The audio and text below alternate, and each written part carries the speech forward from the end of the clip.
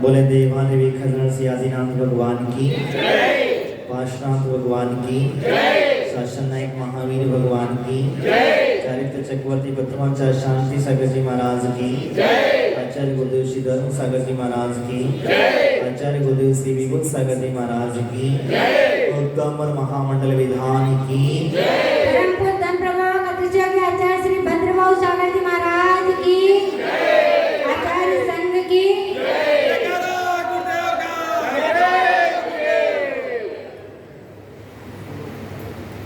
कितने दिन हो गए उत्तम विधान करते? हाँ 18 वर्ष हो गए।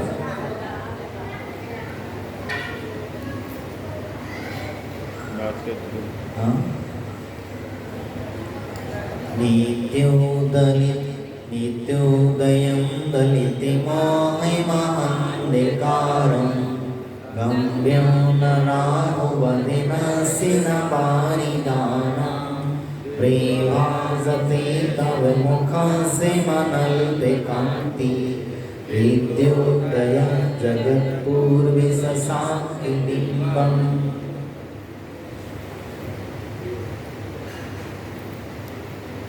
यह मानव स्वामी भगवान आदिनाथ की स्तुति करते हुए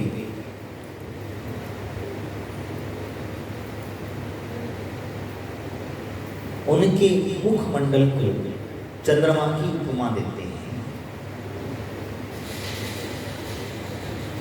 मां कांतिमान आपका मुख कमल अपूर्व अद्भुत चंद्रमंडल को चंद्रमंडल की तरह शोभित हो जाता है, क्योंकि वह सदा उदयमान रहता है, कभी अस्त नहीं होता है और मोह अंधकार को नष्ट करता है। राहु और बादलों में से कभी भी छिपता नहीं है और समस्त जगत को प्रकाशित करता है, ऐसा आचार्य मानव स्वामी कह रहे हैं। भगवान जनिंद्र के मुख को चंद्रमा की उपमा देते हुए उन्होंने उदय चल रहता है, अस्त नहीं होता। तो जैसे हमने कल बताया था कि भगवान का जो समोसरण है वो समोसरण के अंदर में दिन और रात का भेद पता नहीं चलता है। इसी उद्देश्य से उन्होंने यहाँ पर कहा कि भगवान आपका जो चंद्रमा, आपका जो मुख है वो चंद्रमा की तरह उदित रहता है, यानी अस्त नहीं होता, लेकिन चंद्रमा भी अस्तित्व हो जाता है। रात्रि के लिए अंधकार को मिटाने के लिए चंद्रमा है, अवश्य है, लेकिन जैसे ही सुबह होती है, सूर्य निकलता है, तो सूर्य निकलते ही चंद्रमा भी फीका पड़ जाता है। ऐसी क्या व्यवस्था बनी? तो सूर्य का तेज और अधिक होता है, इसीलिए इस बात को समझ लेना चाहिए।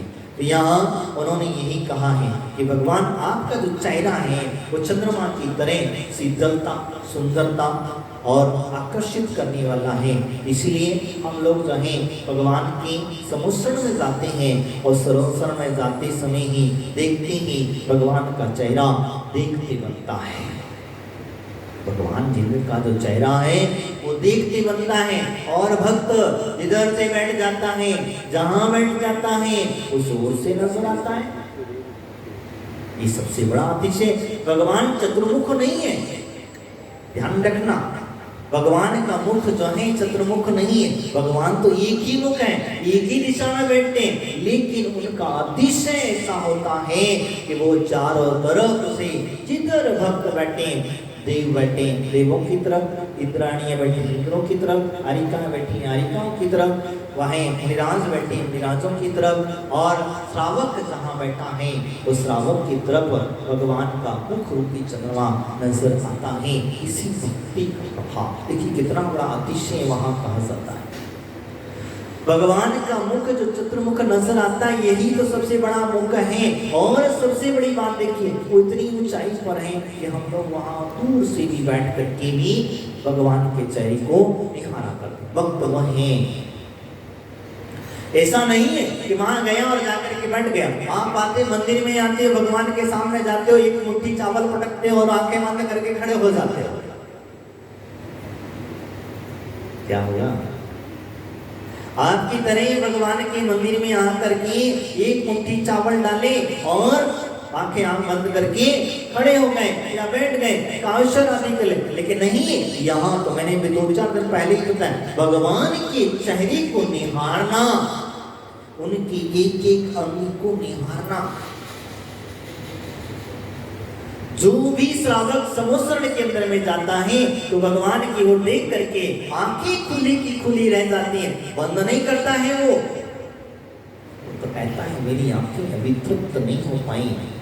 जैसे सोदर इंद्र जब भगवान का दर्शन करता है, पहली बार बालक का दर्शन करता है, भगवान नहीं बने हैं, अभी उन्होंने केवल ज्ञान प्राप्त नहीं किया है, लेकिन वो बाल अवस्था में है और ये उनका अंतिम देह है। अब इस देह के बाद पुनः वो इस देह को धारण करने वाले नहीं है। इसी वजह से हम उन्हें तीर्थंकर आदि की उपमा से उपमा दे करके उनकी पूजा अर्चना करते हैं। तो ये ध्यान रखना, यानी कि अभी भी आने वाले 24 जो हैं वो 24 ही कहाँ हैं, किधर हैं, वो जीव कहाँ हैं, कई जीवों का पता है, कई जीवों का पता नहीं, लेकिन फिर भी हम उनकी यहाँ पर पूजा करते हैं। क्यों करते हैं? क्योंकि वो अब मोक्ष जाने वाले हैं। अब वो पूज्य पुरुष उसको प्राप्त कर लेंगे, इसीलिए हम उनकी पूजा करते हैं, यही हमारे भाव रहा करते हैं। तो यहाँ भगवान की भक्ति करते हैं। लेकिन एक बात हमेशा हमारे ध्यान में रखना, तो हम जिन बालक की पूजा करते हैं, तो जिस बालक की सौदर मित्र भी आकर के भक्ति करता है, उनकी पूजा अर्चना करता है, तो वो तीर्थंकर बोल करके करता है। आजकल लोगों ने एक नई नई प्रथाएं, नए नए विद्वानों ने चालू कर दी। जिस समय जब बाल अवस्था में रहती है वो तीर्थंकर नहीं करते उनको, जैसे ही आदिनाथ तो आदि कुमार कहते हैं। मैंने कहा बंद हो विद्वानों। माता जी से जब इस विषय पर चर्चा हुई तो माता जी ने बहुत अच्छा उदाहरण दिया और कहा कि बेटा भैया ये जो कह रहे हैं कि नए नए विद्वान आ गए हैं कि आदि कुमार कह देना, ये कौन सा प्रमाण है? ये प्रमाण नहीं है। मुनिराज को जिस समय वो मुनि दीक्षा लेते हैं तो कहते हैं ये ऋषभ मुनिराज हैं। अरे ये तो तीर्थंकर हैं, वो जन्म से उनका निश्चित हो गया है। समझ में आया? जिनका निश्चित हो चुका है मोक्ष जाना, जिनका तीर्थ प्रावर्तन करना, जिनका समुसरण आदि लगना, ये मोक्ष इनका निश्चित है। जब निश्चित हो गया है और तीर्थंकर प्रकृति का जिन्होंने बंद कर लिया है, वो चाहे गर्भ में आए तब भी तीर्थंकर कहलाएंगे, जन्म हो जाए तब भी तीर्थंकर कहलाएंगे, और मुनिराज बन जाए तब भी तीर्थंकर कहलाएंगे, और केवल ज्ञान आदि शासन लग जाएगा तब भी तीर्थंकर, और मोक्ष चले गए तब भी तीर्थंकर ही कहलाएंगे। उनमें किसी प्रकार का कोई भेद नहीं है क्या? हाँ, नहीं है। क्यों नहीं है? क्योंकि उनका निश्चित है। तो कई कई जगह पर हम लोग जो है अपना तर्क लगा देते हैं, और तर्क लगाने की वजह से आप में और सामान्य जीवों में बहुत अंतर होता है। आप में तीर्थंकरों में बहुत अंतर होता है। आप सामान्य हैं, हम सामान्य की दृष्टि से हैं, हमारा पता नहीं, ठिकाना नहीं, हम कौन कौन सी गतियों में और भ्रमण करने वाले हैं, लेकिन उनका पता ठिकाना कहाँ है? मिल चुका है। उनका पता ठिकाना मिल चुका है, अब वो निश्चित हो चुका है, इसीलिए हम उनकी पूजा तीर्थंकर बोल करके करते हैं। समझ में आया? जिन्होंने तीर्थंकर प्रकृति का बंद कर लिया है, इसलिए हम उनके तीर्थंकर बोल करके करते हैं, और जिन्होंने तीर्थंकर प्रकृति का बंद नहीं किया है वो सामान्य हैं, और उन्होंने मुनि अवस्था को धारण करके उन्होंने मोक्ष निर्माण महापुरुषों के अंदर में जिनका मोक्ष जाना निश्चित हो जाता है, तो समान अवसर आदि के विधि के माध्यम से अरहंतों के अंदर में सारे गुण पाए जाते हैं। तो मैं आपसे जो चर्चा कर रहा था, इन्हीं भगवान जिनेंद्र का मुख जो है बड़ा सुंदर और सुरीला, बहुत सौम्य दृष्टि दिखा करता है। लेकिन ध्यान रखना, कभी भी जब जाओ तो आंखें बंद करके मत खड़े होना। मैंने एक दिन पीछे बताया था, जिन जिन लोगों को अपनी आंखें तेज करनी हो, जिन जिन लोगों को अपना चश्मा हटाना हो, क्या इसमें बताया था, क्या करना?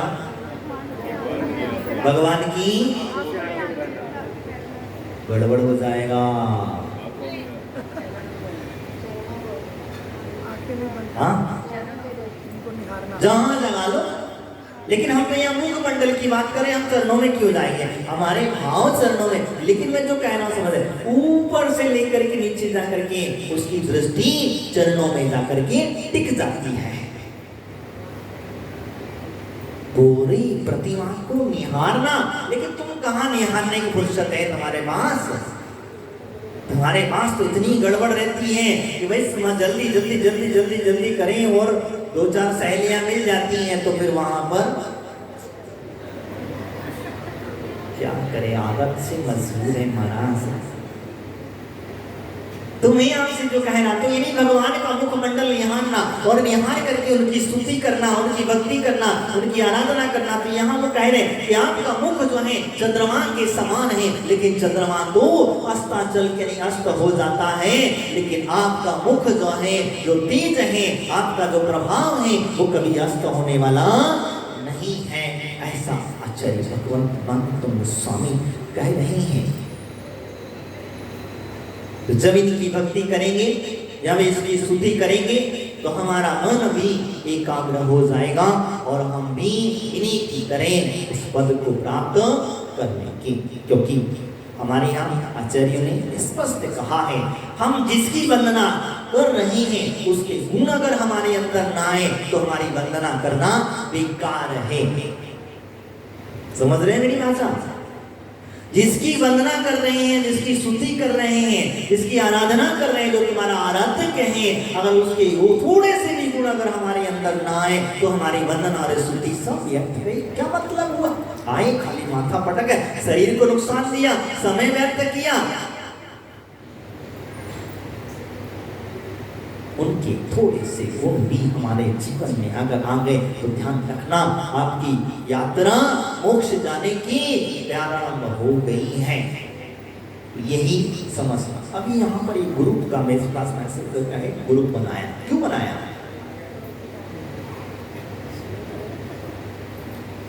बनाना चाहिए, मैं ये नहीं कहता हूं कि नहीं बनाना। क्यों बनाया, उसका उद्देश्य क्या है? आज हमारा समाज पीछे इसी से पड़ा हुआ है। दिन पे दिन मंदिरों के अंदर में कमेटी पे कमेटी, कमेटी पे कमेटी, कमेटी पे कमेटी, और होता ये है एक दूसरे का देखना कोई पसंद।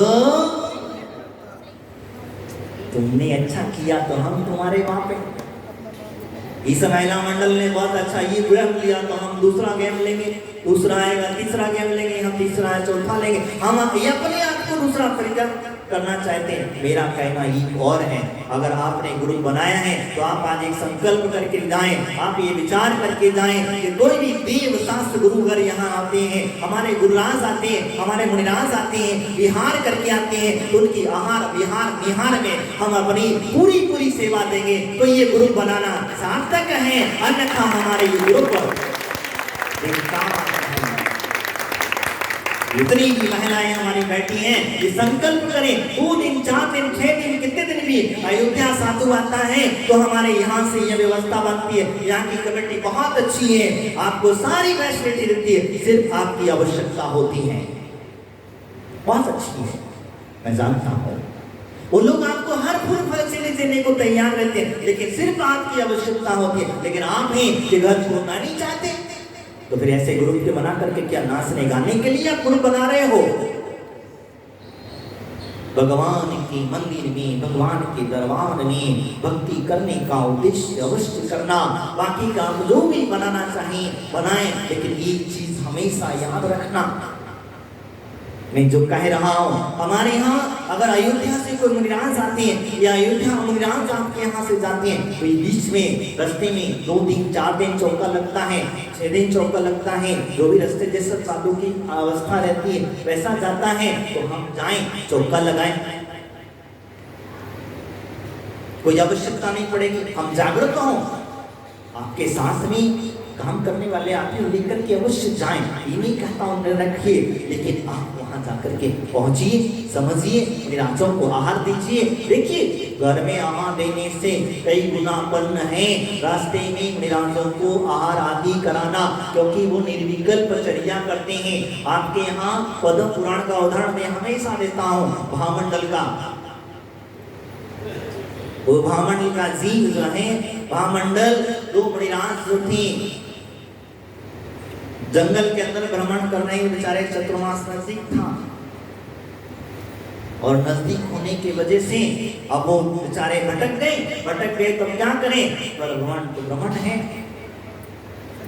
वो चतुर्थ काल की घटना मैं आपको बता रहा हूं। तो जैसे ही भामंडल का विमान जो है जा रहा था, उसने ऊपर से देखा, नीचे जमीन जंगल की सुंदरता देखते हुए दोनों पति पत्नी अपने परिवार से देखते हुए जा रहे थे। रास्ते में उन्होंने नजर आया कि दो मणिराज जो है आकुल व्याकुल का नजर आ रहा है। उसने ऊपर से देख लिया, मणिराज आकुल व्याकुल नजर आ रहे हैं और चतुर्मास का समय नजदीक है। आसपास तो कोई कहीं नजर ही नहीं आ रहा, दूर दूर तक गांव नजर नहीं आ रहा, घर नजर नहीं आ रहा है। अब मणिराज हमारे घर साथ में तो कोई व्यवस्था है, लेकिन आज उन लोगों की वजह से मणिराजों को अपने साथ में सारी व्यवस्था चलना पड़ रहा है। ये कौन की गलती है? किसकी गलती है? श्रावक की गलती है। श्रावक अगर आज जागरूक हो जाए, मैं कहता हूँ साधु के साथ में ये सारी व्यवस्थाएं रखने की जरूरत नहीं है। साधु अपनी निर्विघ्न साधना करेगा तो आपको भी कई गुना पुण्य का भागीदार आप स्वयं बनोगे, क्योंकि साधु की साधना पलवानी में आप सहभागी बन रहे हैं। तो भामंडल ने जब देखा, विचार किया, देखा तो उसने कुछ नहीं कहा, अपनी विद्या दर को उठाई, विद्या के प्रभाव से उसने एक बढ़िया सुंदर सा नगर रचा दिया। क्या किया? नगर रचा दिया। और नगर रचाने के पश्चात में उन्होंने मुनिराज से जाकर के कह दिया कि प्रभु आप चिंता ना करें, हम आप नगर बगल में ही हैं, आप चिंता ना करें, नगर बगल में ही है, आपकी आहारचर्या आदि होती रहेगी, आपको किसी प्रकार का कोई विकल्प नहीं करना है। आप तो अपना धर्म ध्यान करें और आप अपना योग धारण करें, जिससे कि आपके साथ साथ में हमको भी कुछ थोड़ा बहुत पुण्य मिल जाए। देखिए उसने उस समय पर पुण्य इकट्ठा किया था, निराश को ऐसे निराशों को आ दिया, वो देने के पश्चात उसने इतना पुण्य संचय कर लिया, मरते समय अचानक आकाश से बिजली गिरी। सो रहे थे बेचारे दोनों पति पत्नी, दोनों जन सो रहे थे और सोते समय अचानक उसके महल में दो चीजों का सहज धुआं का याद आया, भूल गए। तो जो भी है, यानी वो उस समय रात्रि में सोते सोते ही स्वर्गवास हो जाता है। तो मर करके वो जीव कहाँ गया पता है आपको? वो भूमि के अंदर में जाकर के गया। जो जीव अगर कहीं, हमारे आचार्य ने कहा है, अगर राज अवस्था पर अगर कोई मर जाता है या राज सिंहासन आदि को प्राप्त करे मर जाता है तो नियम से नरक गति का भागी होता है, क्योंकि परिग्रह उसके साथ लगा है। लेकिन उसने पुण्य इतना संचय कर लिया कि नरक न जाकर के वो भूमि में जाकर के चला गया। तो मैं आपसे भी कहना चाहता हूँ कि अगर मुनिराज आते हैं, जाते हैं, उनकी व्यवस्था आदि कर लेंगे तो आप भी इतना पुण्य संचय कर लोगे। आप दिन भर भले पाठ कमाओ, कोई बात नहीं, कम से कम उतना अपने पुण्य संचय कर लेना कि आने वाले भव में आपको दुर्गति में न जाना पड़े, आपका टिकट कहीं और का फिक्स होना चाहिए। यानी कि जो निराशा को आहार दिया वो भोगी में वहाँ भोगी भोग में 10 कल्प वृक्ष राशि के वृक्ष हैं, वहाँ सब मिलता है, आपको जो चाहिए वो मिलता है। इसीलिए कहा, यानी उत्तम पात्र को आहार दान दिया, उत्तम भोग भी मध्यम को दिया, मध्यम जगत में दिया, जगत यानी हमें तो भोग भी जाना भैया, कम से कम इतना तो हो जाए। तो आज तो यहाँ हमें रोटियां बनाना पड़ती, वहाँ तो बने बनाए मिल जाएंगे। यहाँ सब हमें मेहनत करना पड़ती है, इसकी उसके हाथ जोड़ना पड़ते हैं, किसी से करना पड़ता है, तो हाथ टूट रहे, कोई पैर टूट रहा है, कहीं कुछ हो रहा है, वहाँ कुछ होता नहीं है, वहाँ तो सुंदर शरीर मिलेगा आपको।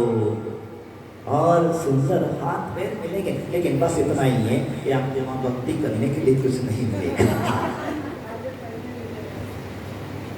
बाकी सब कुछ मिलेगा, लेकिन वहां संयम धारण करने के लिए आपको कुछ भी नहीं होंगे। लेकिन अगर कोई संबोधन कर दे, कोई मृणास अगर आकाश मार्ग से आ जाए, आपका कहीं पुण्य और तीव्र हो जाए, तो वहीं भी संबोधन करके और आपके भाव परिणाम स्वर्ग गए तो नियम से स्वर्ग ही जाओगे, नरक नहीं जाओगे। ये बात निश्चित समझना। तो हमारी महिलाएं जिन्होंने अभी ये जागृति महिला मंडल कौन सा अनुभव बनाया, मैत्री ग्रुप, मैत्री बहुत अच्छा नाम दिया है। तो जो मित्रता है वो मित्रता हमेशा बनी रहे।